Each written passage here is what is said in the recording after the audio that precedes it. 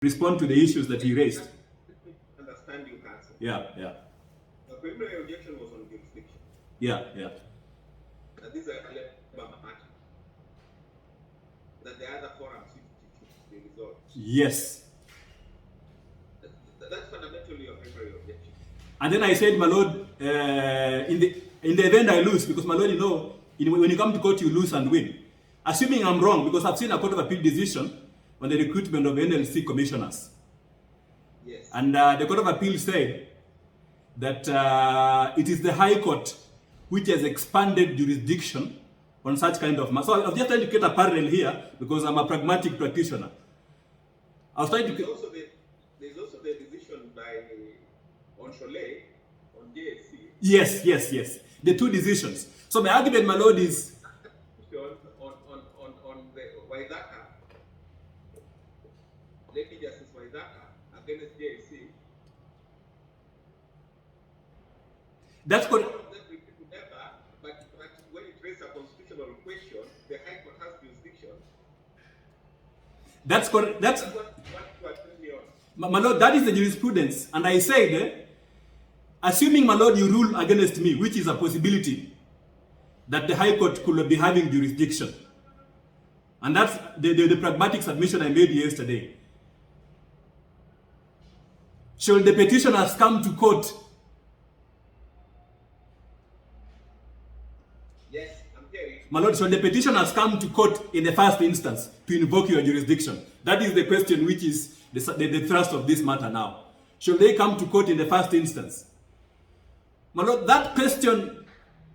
So you are no longer that this court does not have jurisdiction, but it has a subsequent jurisdiction, not an initial jurisdiction. That's what you are saying. My lord, that is the thrust of my argument.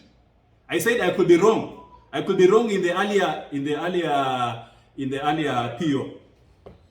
Mr. Wanyama, you've changed the thrust of your PO from the fact that this court does not have absolute jurisdiction to the fact that it does not have intervening jurisdiction in the first instance jurisdiction. That's what you are saying. I want to understand you well. My lord, this is my line of submission, my lord. Yes. In summary, in just one sentence, that ordinarily, if you look at the petition, it challenges recruitment of members of staff in the county public service. Yes. And our main argument there is that even though it is filed by a member of the public, it is a petition which challenges recruitment of certain people who have an employee-employer relationship. That is, my lord, the thrust of the argument. And then we say, on that basis, then maybe the ELRC court is the one which has jurisdiction. Then, my lord, we argue that in the event we are wrong, then the petitioner is caught up with this other argument. In the event we are wrong and the court finds it against us based on that Court of Appeal decision, my lord, that you've cited. Yes. The petitioner is caught up with a very heavy legal obstacle ahead of him. And this legal obstacle is this. You just need to look at the petition itself. My lord, you just need to look at the petition itself. Whereas the petitioner is coming and saying, oh, violations of the constitution, left, right, and center. But my lord, his reason, and my lord, look at the prayers. If you want to look at the thrust of the petition, you look at the prayers. My lord, in the petition, he is saying that there is no budget. There is no budget. A factual question. So stop the advertisement. 2, he is saying that stop, even though on the third and fourth prayers it's poorly drafted, the petitioner is seeking conservatory orders in the last stage, but in the last petition, in a petition which is improper. But the most important one is the first and second prayers. The third and fourth prayers can't be granted because they're improper. My lord, you can't grant conservatory orders at the final stage of the petition. That's what the petitioner will be seeking later on, and we are saying that is improper. But my lord, the first petition, the first prayer, is that there is no budget. The second one, stop the advertisement. My lord, that is the thrust of his petition. And my lord, if you look at the substantive grounds of those arguments, he is saying, for example, that it is unprioritized, my lord, issues which I will relate to the Public Service Commission and why it has jurisdiction in the first instance. It is saying it is unprioritized, non-cost effective, not cost effective. That is paragraph 67 of the petition. He says non-prioritized, not cost effective. Then he says unsustainable. Unsustainable. And then, my lord, he also, on paragraph 69 in summary, to just summarize this petition, he says we are in a transitional period and therefore the decision to recruit is ill-timed. Is ill-timed.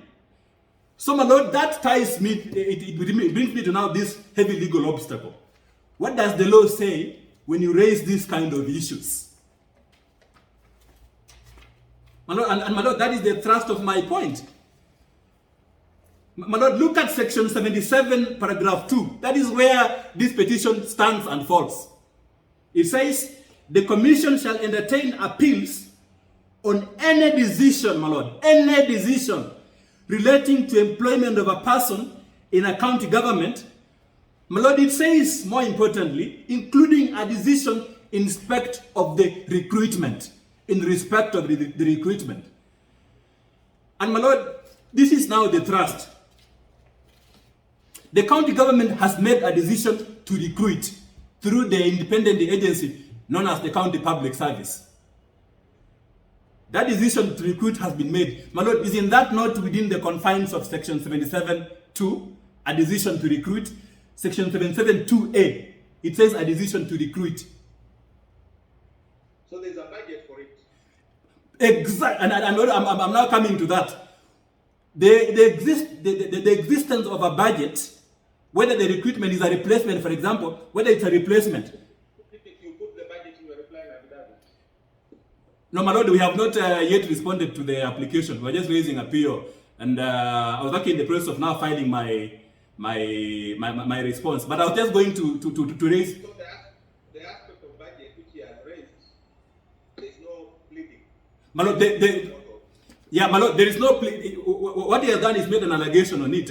And my lord, what my argument is that whether the petitioner says there's no budget, and that's a question of fact. We'll deal with that later. But for now, the preliminary question of whether such matters should be determined by you in the first instance or taken to the Public Service Commission is what is at stake here. So our point, my lord, is that whether there is no budget, whether the decision to recruit is unprioritized, cost-effective, unsustainable, or not, my lord, these are matters which are highly polycentric. It's an audit of the recruitment. My lord, that's what in summary I'm submitting. It's an audit of the recruitment. So, my lord, the Constitution of Kenya, in article, and let me correct again, my lord, what my colleague submitted earlier.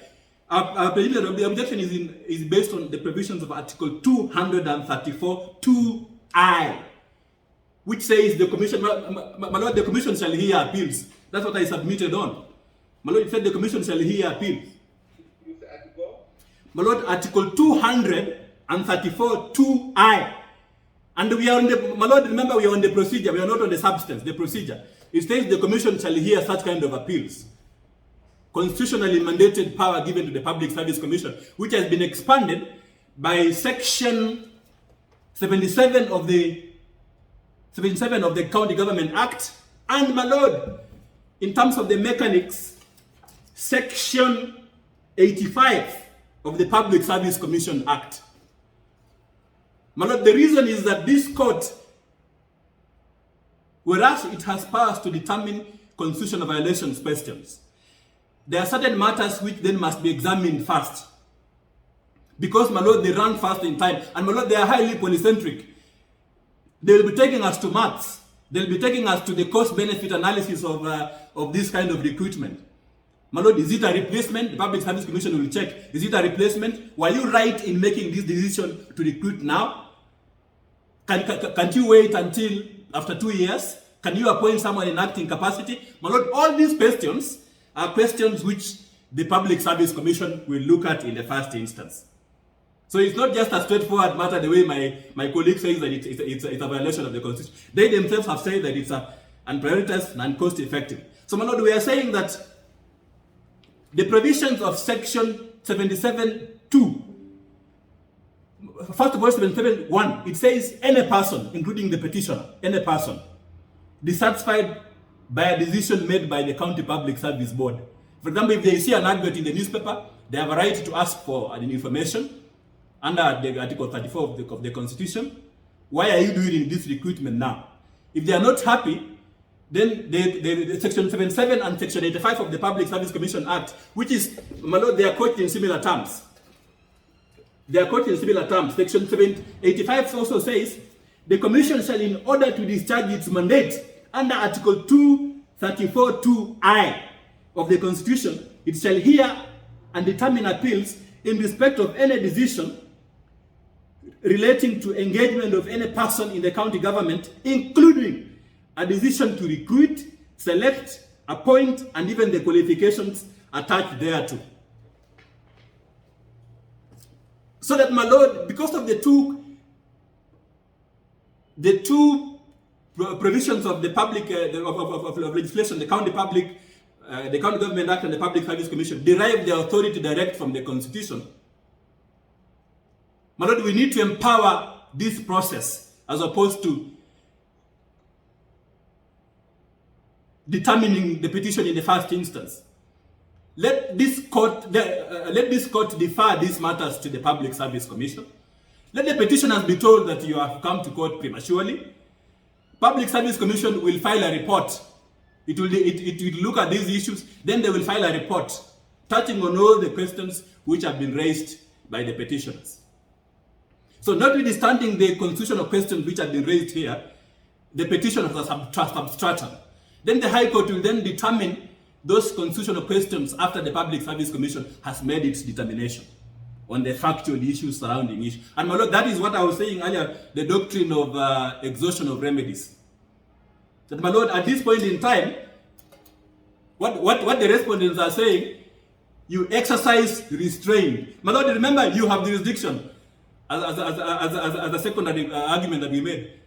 But you exercise restraint. My lord, you allow constitutional and statutory institutions to function at this point in time. My lord, that is the thrust of the Wambora judgment, of the Supreme Court judgment in the impeachment of Wambora.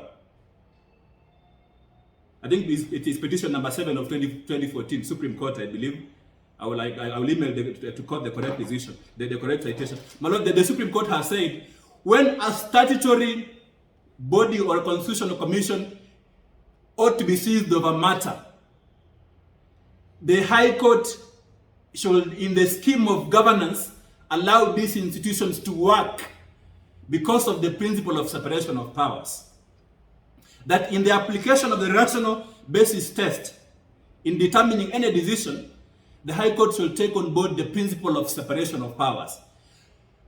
After these institutions have discharged their mandate, that is when the High Court then has powers to lawfully intervene and determine any issues which has been raised.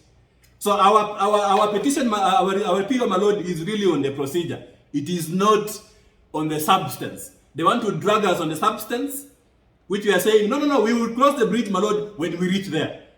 For now, why can't we follow the procedure which has been detailed down in law? And my lord, you can see, based on that argument, we are on a completely opposite directions. And it results to the petitioner saying that the provisions of the PFM, Public Finance Management, acquires the status of the Constitution. My lord, I've never heard of that argument, that a statute acquires the status of a constitutional provision. Really?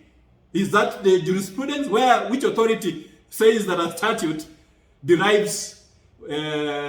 acquires the status of a constitutional provision if it makes certain provisions which are dominant? My lord, that is not the case. The case is if it was a dispute about budget and budget alone, then we will be talking about the provisions of the PFM ranking first in time. But my lord, this is a dispute about recruitment. A decision made by a statutory body to recruit. So the question is that recruitment proper? Is it okay? Is it right at this point in time in the manner the petitioners are questioning. So our point is that, fair enough, why can't we follow the procedure, the mechanics laid down in law? So, my lord, that is really the thrust of our argument. And you can see, my lord, from that submission, it's actually inescapable that the preliminary objection, especially the second one, should be allowed. And my lord, the principle is that on cost is that public interest matters. These ones, you don't award costs.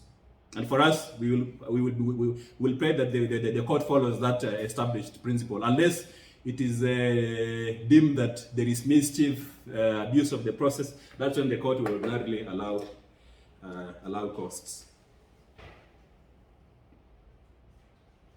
My lord, that is all on my part. Thank you. Okay, I'll deliver the ruling on. My lord, I'll deliver the ruling on 7. Is that okay? Next week on Tuesday? My lord, 7th is okay. 7th is okay. We accept. And Udara is that. The remote has extended. Thank you. My lord, allow me, I know I have no right of audience, but I just needed that clarity. Right of audience, you know I accommodated you. I have a very long list of 40 matters. My lord, you went for 30 minutes. I gave my lord, it's okay. Yeah, my lord, there's just a question I needed to ask your lordship to confirm. Council Simiyu, where is respect for a judge? I have given my ruling. I've accommodated you for 2 days. Thank you, my lord. I've focused 40 matters. Please, heshimiane, hata kama unipendi, niheshimu. My lord, that's not good. That's not good. Yes, I'm guided.